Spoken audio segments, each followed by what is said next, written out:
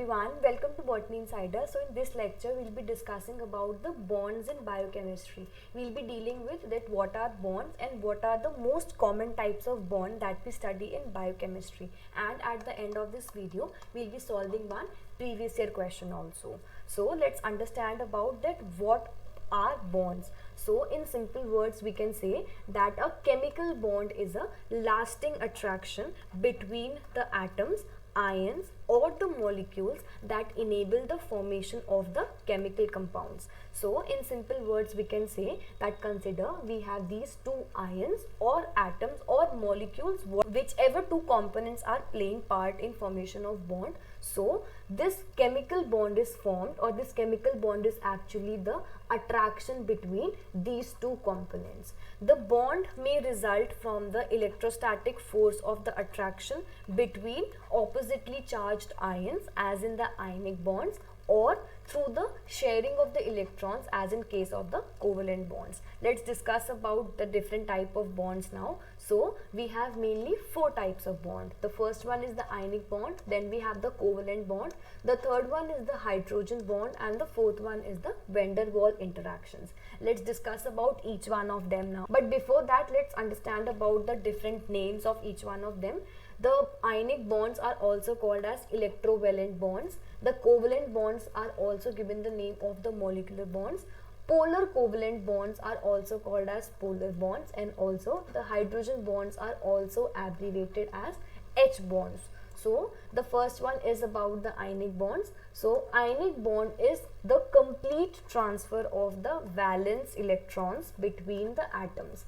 It is a type of the chemical bond that is generated between two oppositely charged ions. That is, if we have one ion with a positive charge and the other ion as a negative charge, so when these two ions comes in close contact with each other, there is high possibility that there occurs an ionic bond between them. So what is a positive charge and a negative charge? So these charges are a result of the valence electron. And what are valence electrons? So if we want to understand about this, we have to go in depth of chemistry. But in simple words, we can understand it as this way. So consider we have any atom. So we can consider it as an hydrogen atom.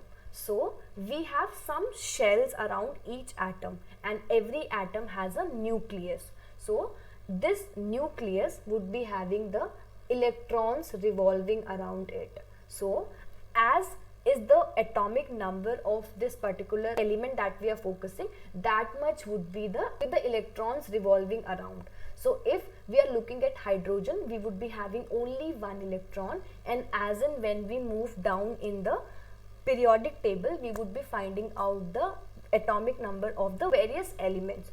So depending upon how many electrons are there in the last shell of the element that we are focusing upon, that is the valence electron. We have mainly four shells, that is K, L, M and N. You need not to go into detail of all this. I'm just trying to make it as simple as possible. So the valence electrons, when gets completely transferred between two atoms, there occurs the formation of ionic bond.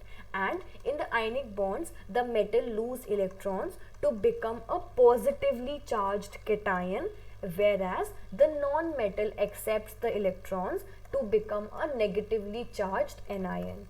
If a bond is occurring between a positively charged and a negatively charged, so when there occurs loss of an electron, the particular element gains a positive charge, and when we have a positive charge, it is given the name of cation, and when it carries a negative charge, it is given the name of anion. Just remember one thing, that anionic bond leads to the complete transfer of the valence electrons between the atoms, and it often generates between the two oppositely charged ions. In ionic bond, it is a type of a chemical bonding that involves the electrostatic attraction between the oppositely charged ions or between two atoms with sharply different electronegativities, and that is primary interaction occurring in the ionic bonds. Do not go into the detail, just understand that what I have just told you. So we can see that we have Na and Cl. So Na donates one electron to Cl, and as a result Na gets a positive charge and Cl gets a negative charge.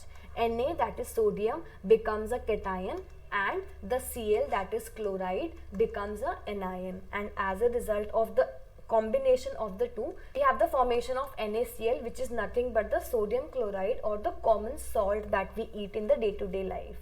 The next one is about the covalent bonds. So a covalent bond is a chemical bond that involves the sharing of the electron pair between the atom. These electron pairs are known as the shared pairs or the bonding pairs, and the stable balance of the attractive and the repulsive forces between the atoms where they share the electrons known as the covalent bonding. So when there occurs sharing of the electron pairs between the two, we call it as a covalent bond. In case of ionic bond, we saw a complete transfer of the electron, but in case of covalent, co means together, remember it this way, co means together. So when there occur sharing of electrons between two atoms, we have the formation of the covalent bond. So as you can see that we have the sharing of the electrons, and as a result of sharing of electron between the two atoms, we have the formation of a covalent bond. But when there occurs complete transfer of the electron between the two atoms, we have the formation of a positive ion and a negative ion, and as a result we have the formation of an ionic bond. So this is the difference between the ionic bond and the covalent bond at the first go. Now let's discuss about the hydrogen bonds. So a hydrogen bond is a type of a attractive, that is a dipole-dipole interaction between an electronegative atom and a hydrogen atom that are bonded together by other electronegative atom. This bond always involves a hydrogen atom. Hydrogen bonds can occur between the molecules or within the parts of a single molecule. When there occurs a attractive interaction, that is, this hydrogen is actually attracting some elements towards each other, attracting some atoms towards each other. So when there occurs an attractive interaction between an electronegative atom and a hydrogen bond, there occurs the formation of the hydrogen bonds. So as you can see that we have the electronegative atoms together. So this hydrogen is actually attracting the N, that is the nitrogen. So we have the formation of the nitrogen bond, and we can see one more hydrogen bond in the same way. So this hydrogen is attracting the oxygen in case of the water when we study about. So there also occurs the formation of the hydrogen bonds. The last one is about the van der Waals interactions. So the van der Waals interaction includes the attractions and the repulsion between the atoms, molecules and the surfaces, as well as the other intermolecular forces. They differ from the covalent bonds and the ionic bonds in that they are caused by the correlations in the fluctuating polarizations of the nearby particle. That is, it is a consequence of the quantum dynamics. You need not to understand about all these difficult words, just understand that van der Waals forces actually include the attractions and the repulsion, and this is mainly because of the two molecules being in close proximity. Let's understand a bit about the same. The van der Waals forces is a general term that is used to be given for the attraction of the intermolecular forces between the molecule.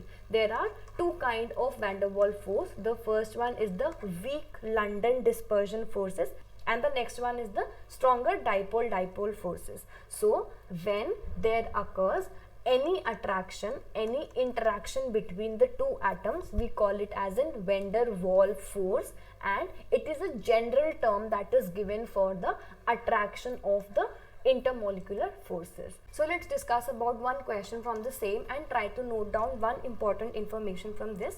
So the question says that match the following bonds with their approximate energies. So on the first side we have the bonds, different type of bonds that we have studied, and on the right hand side we have the energies between the bonds.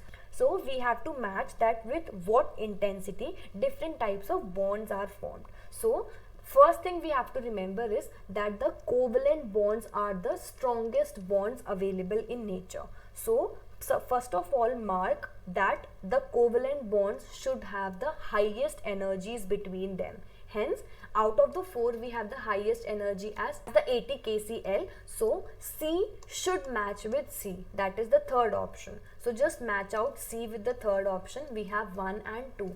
Just eliminate A and C. Second thing you have to remember is that the van der Waals forces are the weakest in nature. So they must be having 0.5 kcal. So match B with the first option. So we have B and the first matching together in 2 options. The next point we have to remember is that the hydrogen bonds are the second weakest bonds. So the A matches, that is the hydrogen bonds matches with 3 kcal. So A matches with 4, and the last one left is the ionic bonds, which is having 40 kcal energies between them.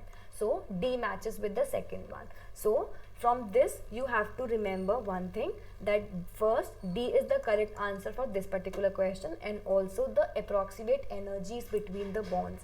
The first one is that covalent bonds are the strongest, so they have approximate kcal energy between them. Then the weakest bonds are the van der Waals, so they have 0.5 kcal energies between them. Hydrogen bonds have 3 kcal energies between the 2 atoms that are participating, and the last one is the ionic bonds. So between them we have 40 kcal energies between them. Make sure you remember about this and note down in your notes also.